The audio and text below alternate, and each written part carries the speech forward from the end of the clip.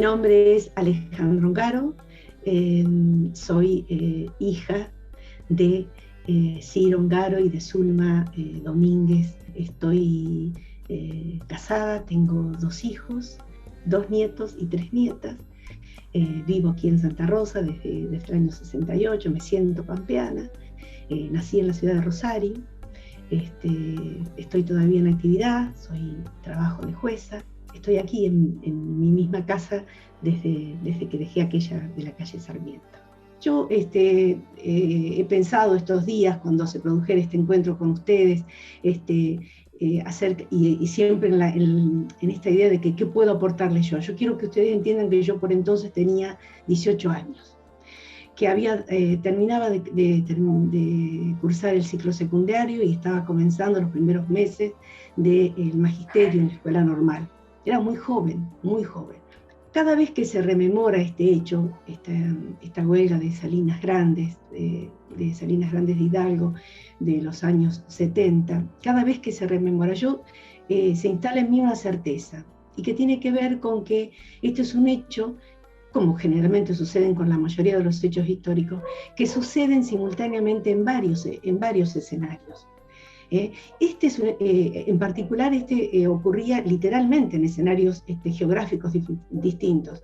Imagínense que la huelga tenía que ver con un conflicto gremial que acontecía en una empresa que tenía su sede en Salinas Grandes, pocos kilómetros de Macachín, pero la ciudad capital, Santa Rosa, tenía que ver con la sede de todos los trámites administrativos, institucionales, políticos. Esa era otra sede. Hasta se convirtió la capital federal en sede de este conflicto, que fue el lugar donde finalmente se resolvió el tema. Cada escenario tuvo actores diferentes, entonces yo escucho las voces que ustedes han recogido, y aún siendo de esta misma ciudad, me doy cuenta que forman parte de la memoria de otros acontecimientos que yo no los tenía en mi memoria. No voy a asumir el rol de mis viejos como un rol único y absoluto y protagónico de este hecho. Simplemente voy a decir, que lo que yo conozco de esta huelga es lo que yo viví en mi territorio, que se llama la calle Sarmiento, que era la casa de mis viejos. Ese es humilde escenario, y en eso están los actores de mi memoria. Probablemente las calles de Santa Rosa hayan sido el escenario común donde convergían esos escenarios individuales, porque también hay que tener en cuenta que, además de haber escenarios geográficos diferentes, Macachín, Salinas Grandes, Santa Rosa, Buenos Aires, además había una adhesión muy importante en cuanto a cantidad y calidad, por supuesto, también de asociaciones políticas, asociaciones gremiales, asociaciones sociales, que hacía eso, trasladar el conflicto a esos distintos escenarios donde protagonizaban los hechos esas personas que los integraban.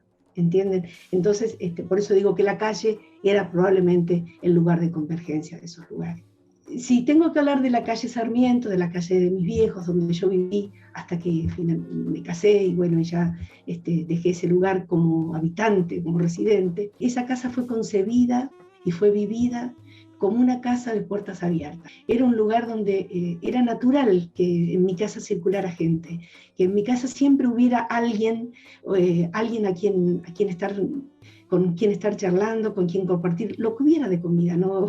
No eran las grandes cenas, era eso, compartir lo que uno tenía, un mate, un plato de comida, pero siempre esa puerta abierta a cuanto ser humano y querible y querido transcurriera por nuestras vidas, y ahí estaba. Eso fue una lógica tan naturalizada desde mi infancia en esa casa, con esos 2 viejos, que yo lo vivía como algo natural, absolutamente natural. Fíjense, mis viejos les gustaba mucho la música, y a mi mamá también le gustaba mucho la música, le gustaba cantar.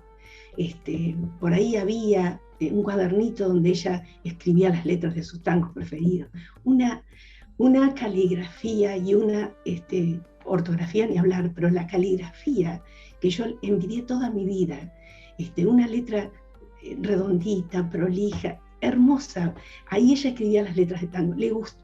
Amaban la música. esa casa de puertas abiertas era absolutamente normal.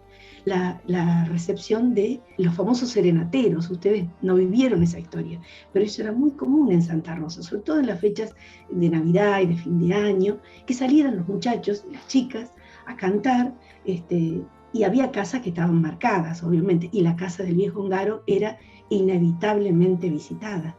Entonces, nosotros capaz que ya estábamos durmiendo, éramos 5 hijas mujeres, y mi viejo nos levantaba que habían llegado los músicos, porque era para él una felicidad, y ahí entraban.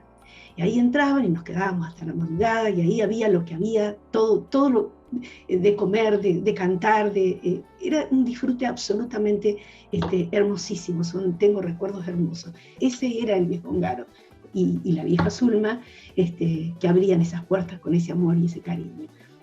La llegada de los salineros irrumpió en mi casa con la misma fuerza, con la misma felicidad, con el mismo dramatismo. Ellos estaban atravesando una situación muy triste, habían quedado sin trabajos, eran 300 personas que trabajaban en esa villa, que en realidad más o menos se contaban, yo me acuerdo, entre los que trabajaban en la cosecha misma, en la zafra de la sal, y los que trabajaban en la misma fábrica, en la de Sibasa, que era la dueña, la patronal de esta gente.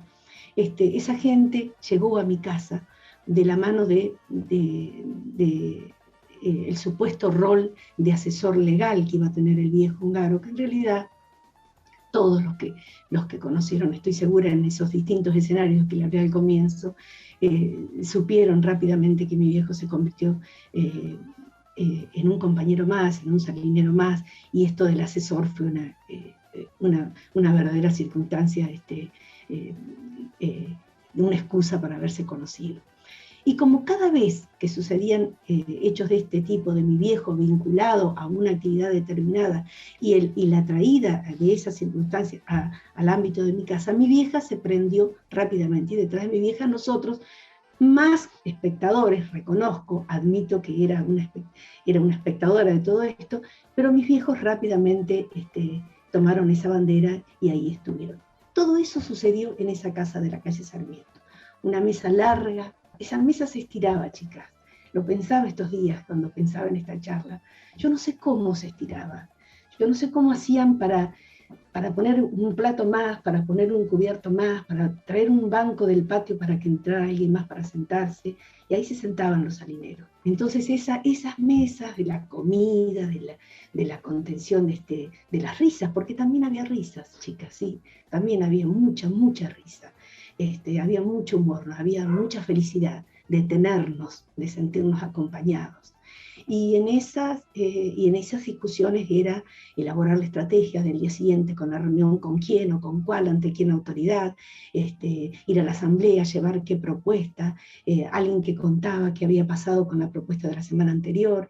Así transcurrieron esos 4 meses. Mi casa también se convirtió en un depósito de cosas que se juntaban para llevar a las salinas, porque habían quedado sin trabajo, literalmente no tenían para comprar comida. Entonces hubo mucha solidaridad, pero muchísima solidaridad, de gente que no tenía nada, pero lo daba a lo que no tenía.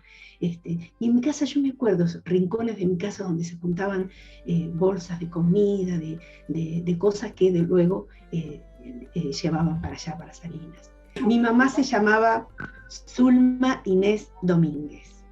Había nacido el 14 de septiembre del año 25 en un pueblo por entonces muy chiquito, lo estuve googleando hace unos días, ahora está más grande, Totoras, de la provincia de Santa Fe. Su papá era policía, eso llevó a que hayan vivido en varios pueblos, dentro de la misma provincia de Santa Fe, por supuesto, hasta que finalmente recalaron en Rosario, que es donde se conocen con mi viejo, se casan, y luego nacimos nosotras 5 que somos nacidas ahí en Rosario. Mi mamá no tuvo acceso a una educación formal, creo que llegó a 5º grado, pero tenía esa letra que les contaba, tenía esa caligrafía y esa ortografía que les contaba, y tenía el desarrollo de una inteligencia, de una intuición tan particular.